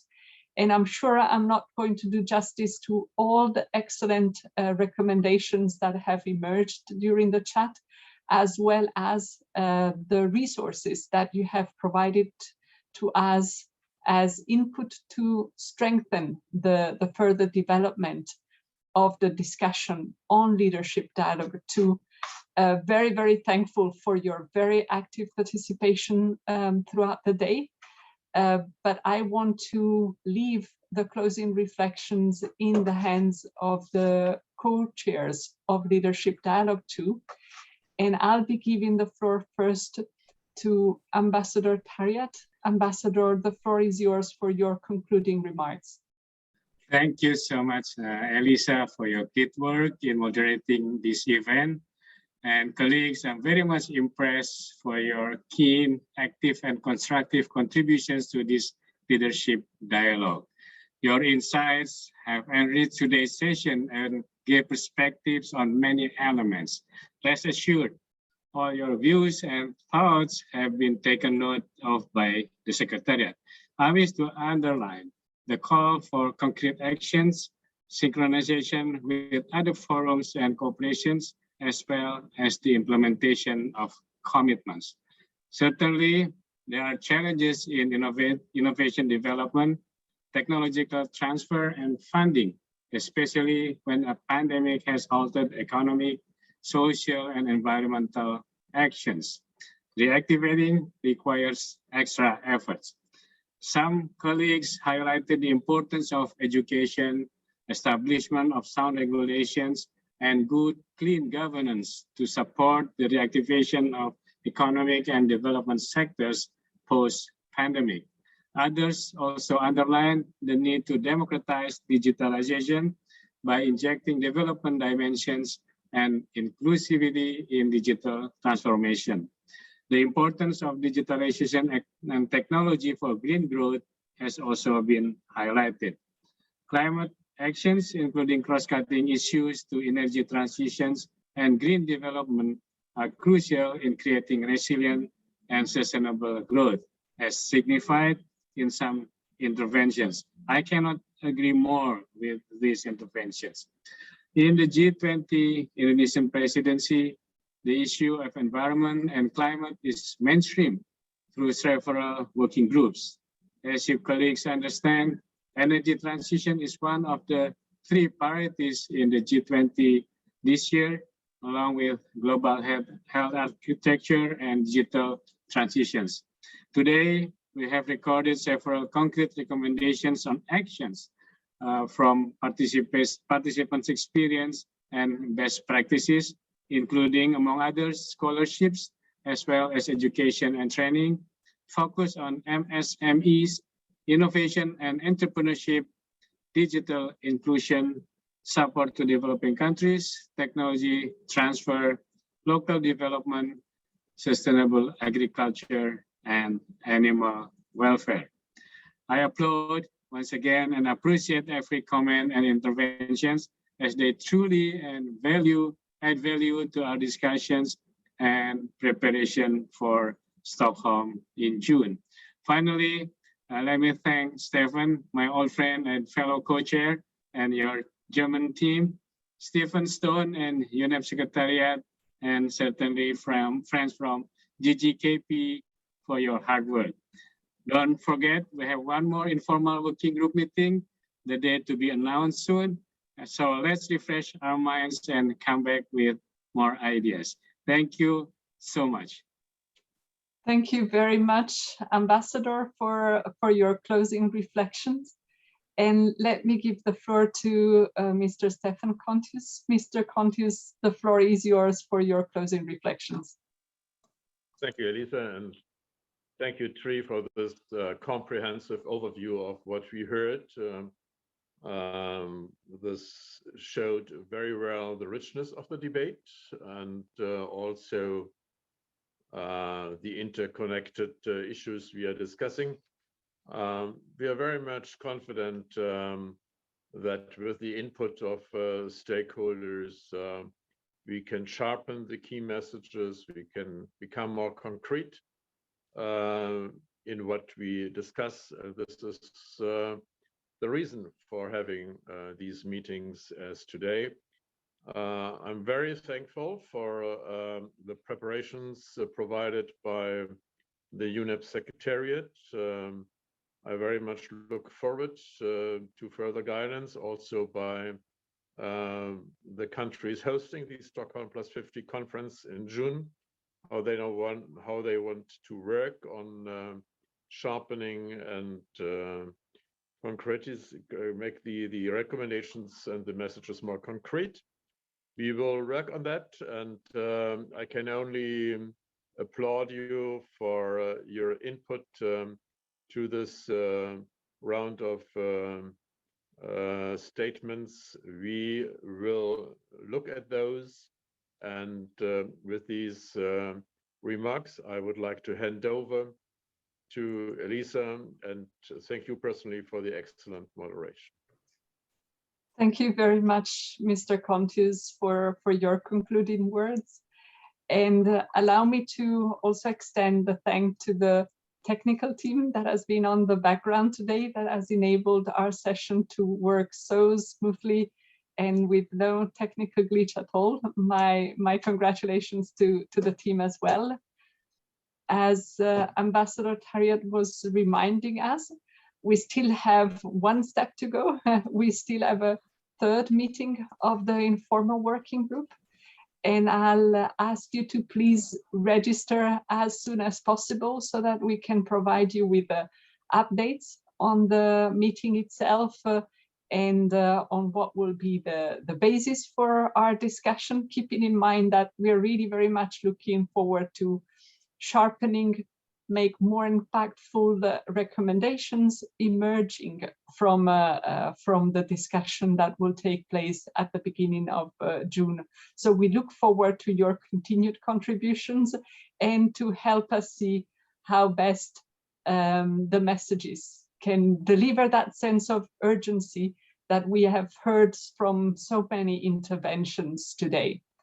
I thank you all very much for having spent more than 2 hours today with us to help us strengthen our work, sharpen our messages, and wish you all a very nice conclusion of the day and a good weekend ahead. And again, very thankful and looking forward to be in contact with you again for the 3rd meeting of the informal working group. Bye to everybody. Thank you. Have a good day. Thank you.